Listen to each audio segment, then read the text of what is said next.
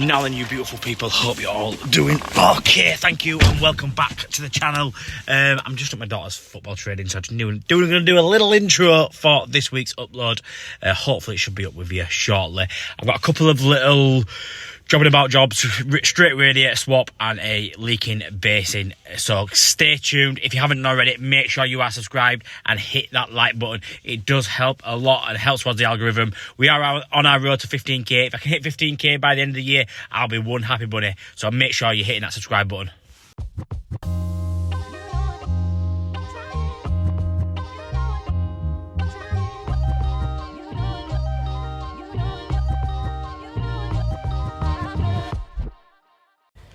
So I got a call from a customer saying they had water coming through the ceiling every time they used the basin tap. It turns out it was the waste kit and it literally rusted all the way through to the point where I could just pull it apart with my fingers. So we got a new waste kit in. So first we need to move the pedestal out of the way. Unfortunately on this one I couldn't pull it completely out due to the design of the basin, so just to move it to one side.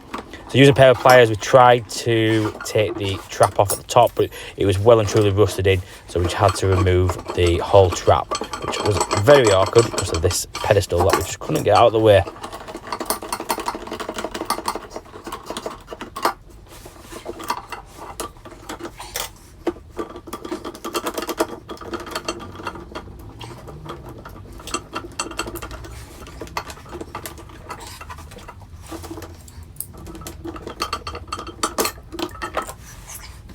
You see there, it's rusted all the way through. Make sure you pour it down the toilet or into the bath, not back down the basin, because we've all done it. So we'll give that clean up, clean any silicone or anything that's or the washer at the bottom, get that out of the way. I am going to be using a basin mate on this, but I am going to use silicone as well.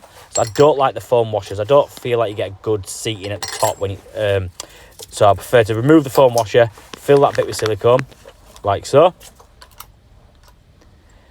And then once you've got a nice covering on there, we'll drop it in, and you can see it just like bulges out of the basin waste.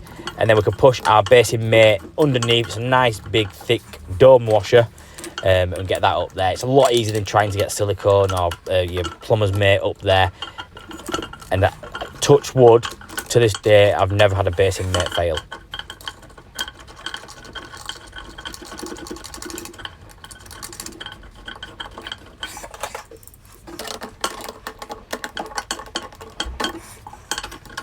Really need to get myself one of them Nerad box spanners for basin waste. It's so much easier.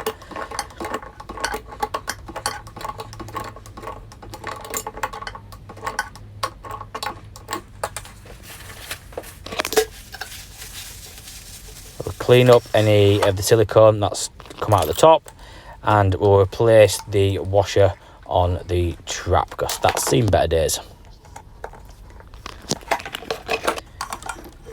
So we'll try to get the trap back in place now. This was very awkward, took me a bit longer than expected. And it's literally, it's bad first fixing from whoever fit the basin. That telescopic ball trap is literally at its very maximum, it won't go anymore. So get that all in, and then we can get it tested out.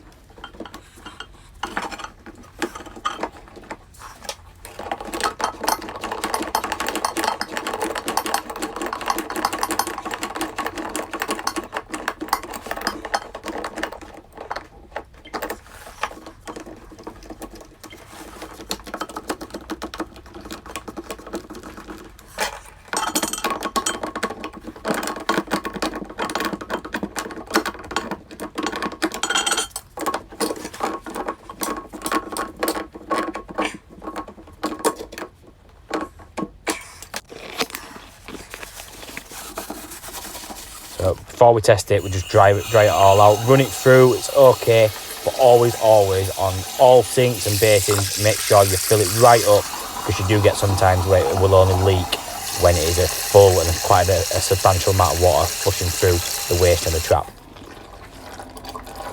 So with that all tested and no leaks, job's a good one. On to the next one. So we've got a straight radiator swap to do, so I'm going to make it nice and easy, turn both valves off. However, someone snapped off the TRV, but it's a Salus one, and I have got an old spare Salus one kicking around in the van, which made it a lot easier. No bleed key, random, they put 2 plugs in. So what we're going to have to do is we'll make sure the other valve's turned off, and then we're just going to have to take one of the plugs out of the top, just to vent a little bit of the air, get the pressure out of the radiator. This way we're not having to drain down the full system. So let a bit of air out of there. Once you hear the hissing stop, or once you get water there, close it back off, and then we can start taking the radiator off. I've done the left hand side already. I did film it, but I forgot to press record. Yeah, idiot move. So on this one, so I've got plum thumb, on the left hand side, and I'm struggling to get the plum thumb on this right hand side. There's not much movement in that pipe outwards to get it in. So what we're going to do is just lift it up, quickly put thumb over, and spin it round as quick as I can.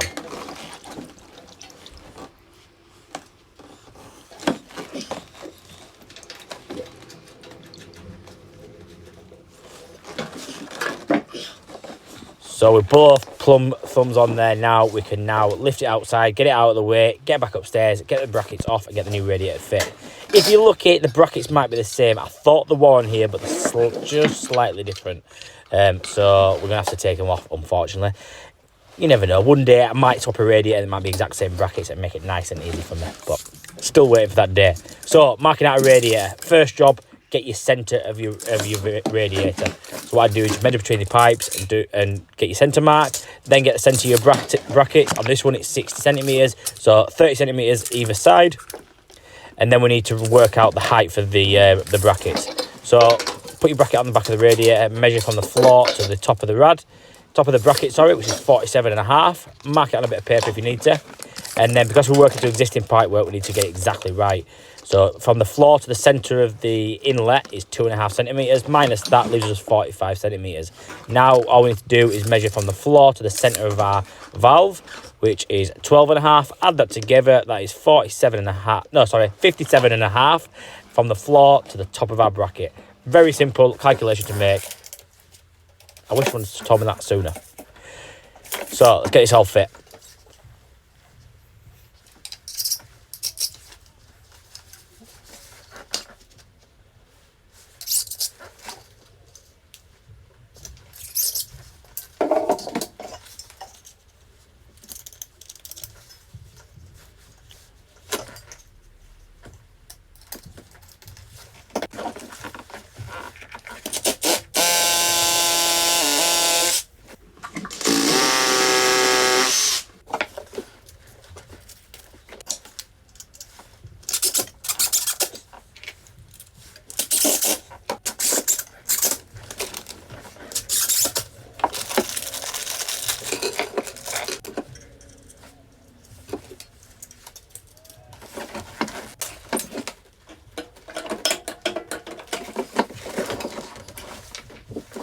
So with the radiator on in place now, we're just making sure that we've got it right with our valves. So we're going to have a new EPH TRV set. So we'll start with the left hand side. We'll get the old valve out of place first, and then we can make our tail up for the valve.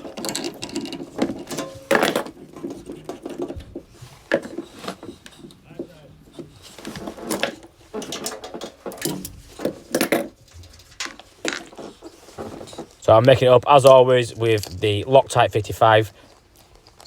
I must have had my old one for a while because I've changed the lids of the Loctite 55, and that's a hell of a lot better. Well, at least until we snap the red cap off. And then also just a bit of jet lube on top, just to be belts and braces. Probably don't need it, but I like doing it anyway. It makes me feel a bit more happier and a bit more positive when I've put it in, and I'm sure that's not going to leak. And before anyone asks, it is a 16mm Wearer Joker spanner. Depending what valve you go for, what tail you go for, different sizes. 16, 17, and I think there is one that does 18mm as well. So while we're at it, we'll replace the old nut and olive. These are Ox olive splitters. Really good. I highly recommend them. Pretty much the same as the Monument ones, but I got the Ox ones. So we'll get this on in place now.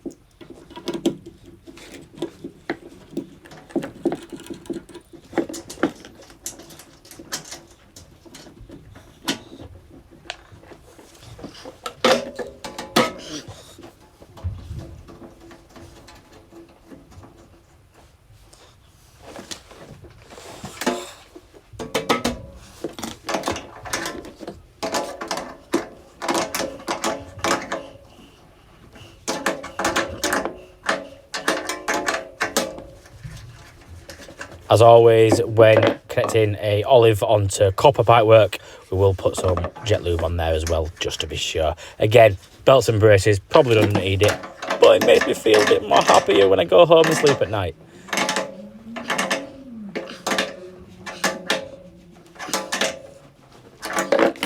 So with the left side all done and the TRV head on now, we're going to move over to the right hand side valve. However, this rad was slightly small. It's a metric radiator instead of an imperial, so it's slightly over to the left, so we're going to need a rad tail extension. These can be cut down to size with a standard pipe slice. I am using a Nipex Tubix, I think they call these, which can cut through steel as well, or aluminium, and pretty much any metal you can possibly think of.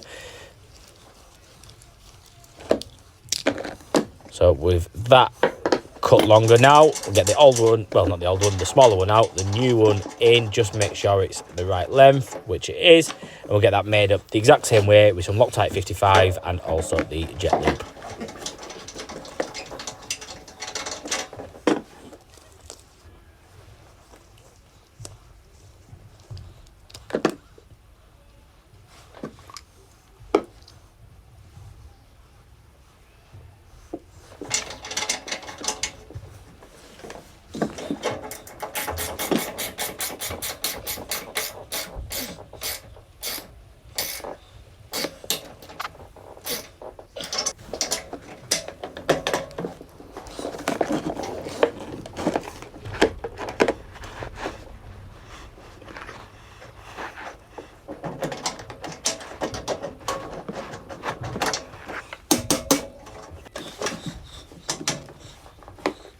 So with a bit of gentle persuasion, we finally got that pipe to line up. Had to radiator over slightly, and yeah, sometimes you just got to give it a good little bang just to get it into place.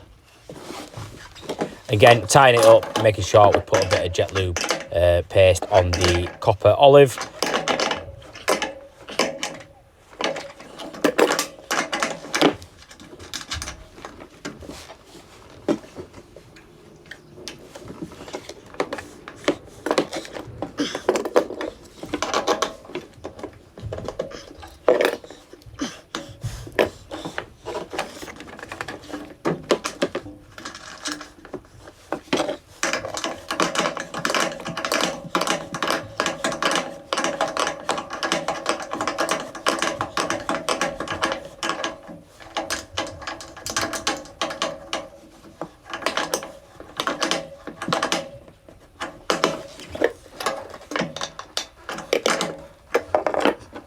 So with that all done and tight, we get the cap back on top, get our radiator vent key, whatever you call it, tap in, and the plug in place nice and tightened up, and then go get some inhibitor put into the system, and we can look at filling up the pressure on the boiler.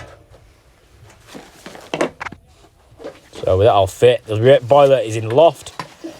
We jump up here, and we've got a filling loop under the boiler, so get that filled up between 1 and 2 bar, and then test the heating out. Oh, sorry. Before we test the heating out, we need to fill the radiators up and get them all bled. Starting downstairs and making our way up.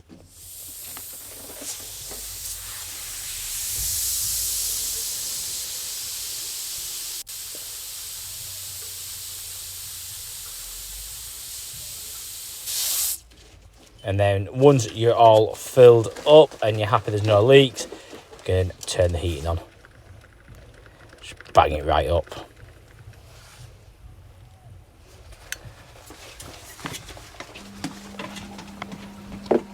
Check the pressure one more time and make sure the boiler is firing up and it's circulating nicely and there's no airlocks.